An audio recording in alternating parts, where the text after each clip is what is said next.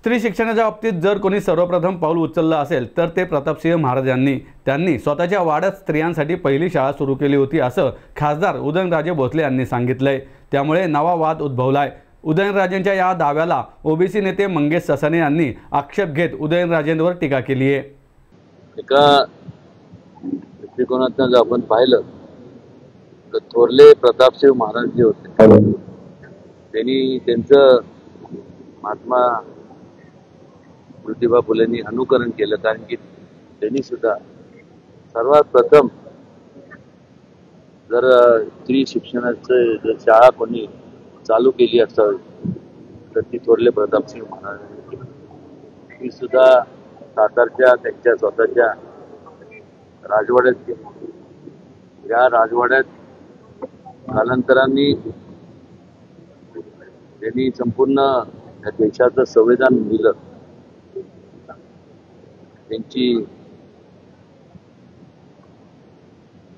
जयंती आपण साजरी करणार आहोत 135वी. डॉक्टर बाबासाहेब आंबेडकर त्यांचं प्राथमिक शिक्षण सुद्धा त्याच राजवाड्यात सातारच्या राजवाड्यात आहे.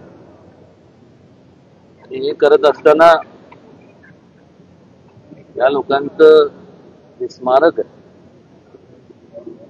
जे काय हे संपूर्ण जे युगोपुरुष होऊन गेले त्या सर्वांचं स्मारक हे जतन करणं आपल्या सगळ्यांचं कर्तव्य ह्याच्याकरता आहे. कारण की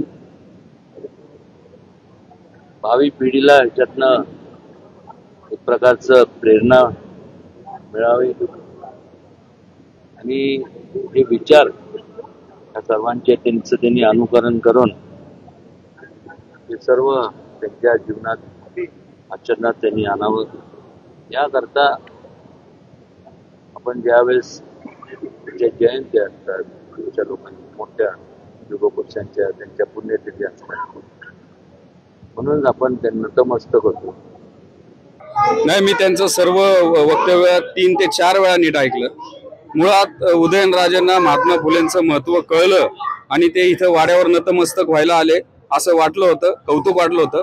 परंतु आजच्या 11 एप्रिलच्या दिवशी महात्मा फुले जयंतीच्या दिवशी इथं येऊन महात्मा फुलेंचं महत्त्व कमी करायचं आणि त्यांच्या जे पूर्वज आहे त्यांचं महत्त्व वाढवायचं. आदरणीय छत्रपती शिवाजी महाराज संभाजी महाराजांना सर्व महाराष्ट्र मानतो. शिवाजी महाराजांचा प्रथम पोवाडा महात्मा फुलेंनीच लिहिला. पण मला आता सध्या जे चाललंय म्हणजे कोल्हापूरचे जे संभाजी भोसले आहेत महाराज त्यांनी आता वाघ्या कुत्रा कसा आला हा आता एक नवीन केलाय, त्याच्यावर हरकत घेतलेली आहे. औरंगजेब नको, वाघ्या कुत्रा नको. आता दुसरे जे सातारचे महाराज आहेत त्या सातारच्या महाराजांना महात्मा फुलेंनी 1 जानेवारी 1948 साली भिडेवाडा येथे पहिली मुलींची शाळा चालू केली. याच्यावर आता त्यांचा आक्षेप आहे आणि एक नवा शोध आता उदयनराजे यांच्या माध्यमातून लागतोय. नक्कीच हा आणि याच्यासाठी मला असं वाटतंय सगळे इतिहास तज्ञ आतापर्यंतचे संशोधक फेल ठरलेले आहेत आणि उदयनराजेंनी हा जो गौप्यस्फोट केलाय हा महाराष्ट्राचा जे सामाजिक आणि जो शैक्षणिक क्रांतीचा इतिहास आहे त्याच्यामध्ये हा खूप मोठा एक धक्का देणार आहे. तर उदयन महाराजांना माझं विचारणं असेल की महाराजांनी प्रतापसिंह महाराजांनी जी शाळा चालू केली होती मुलींची त्या मुली कोणत्या होत्या, त्यानंतर त्यांचं काय झालं, ती शाळा परत ती चालू का नाही राहिली, मग त्यानंतरच्या वंशजांनी आणि तुम्ही सुद्धा त्यांचा जो एवढा मोठा शैक्षणिक वारसा होता तो का पुढे नेला नाही. आणि आता मला असं वाटतंय उदयनराजे इथं आले आणि आजच्याच दिवशी महात्मा फुले समग्र वाङ्मयाचं इथं प्रकाशन झालं तर ते समग्र वाङ्मय उदयनराजेंनी घेऊन जावं अथवा मी त्यांना ते समग्र वाङ्मय पोस्टाने पाठवेल, थोडस त्यांनी वाचावं आणि त्याच्यामध्ये मग तुमच्या म्हणण्यानुसार काही चुका झाल्या असतील तर मग तुम्ही ती पत्रकार परिषद घेऊन हा इतिहास उजागर करावा, त्याला संदर्भ द्यावेत. मग जे कोण संशोधक होते 150 वर्षापासूनचा जो इतिहास सर्वश्रुत आहे, सर्व त्याच्यामध्ये संदर्भ आहेत, संशोधक आहेत, भांडारकर प्राच्यविद्या असेल, अनेक लेखकांनी लिहिलेलं आहे. यांच्या नजरेस हे प्रतापसिंह महाराजांनी चालू केलेली मुलींची पहिली शाळा कशी नाही आली हा माझा सवाल आहे.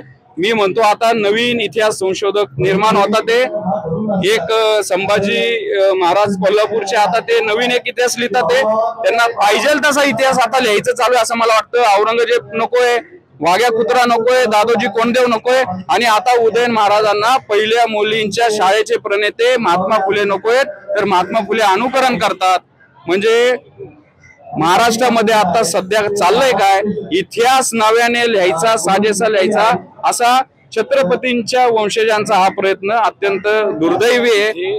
नाही, हेतू मला तोच हेतूबद्दल शंका येते. आतापर्यंत उदयन महाराज इथं आलेले कधी दिसले नाहीत. ते आले, आम्ही सर्व फुले प्रेमी आणि पुरोगामी विचारवंत आम्ही स्वागत केलं, आम्हाला चांगलं वाटलं. आज शिवाजी महाराजांचा पोवाडा लिहिणारे महात्मा फुलेच्या स्मारकाला नमन करण्यासाठी आज महाराजांचे वंशज आलेत. पण त्यानंतरच त्यांनी त्यांचं ते दुसरं रूप दाखवलं आणि पहिली मुलींची शाळा ती महात्मा फुलेंनी सुरू न करता प्रतापसिंह महाराजांनी केली. तर अक्षरशः हे धक्कादायक होतं. आणि आता महाराष्ट्राच्या इतिहास संशोधकांना एक नवीन काम उदयन महाराजांनी दिलंय. मी त्यांना शुभेच्छा देतो. हा सगळा इतिहास आपण उजागर करावा, तुमच्याकडे काही पुरावे असतील ते आणावे आणि नंतर परत तुम्हाला जसा पाहिजे तसा इतिहास लिहावा. त्यांना आमच्या शुभेच्छा.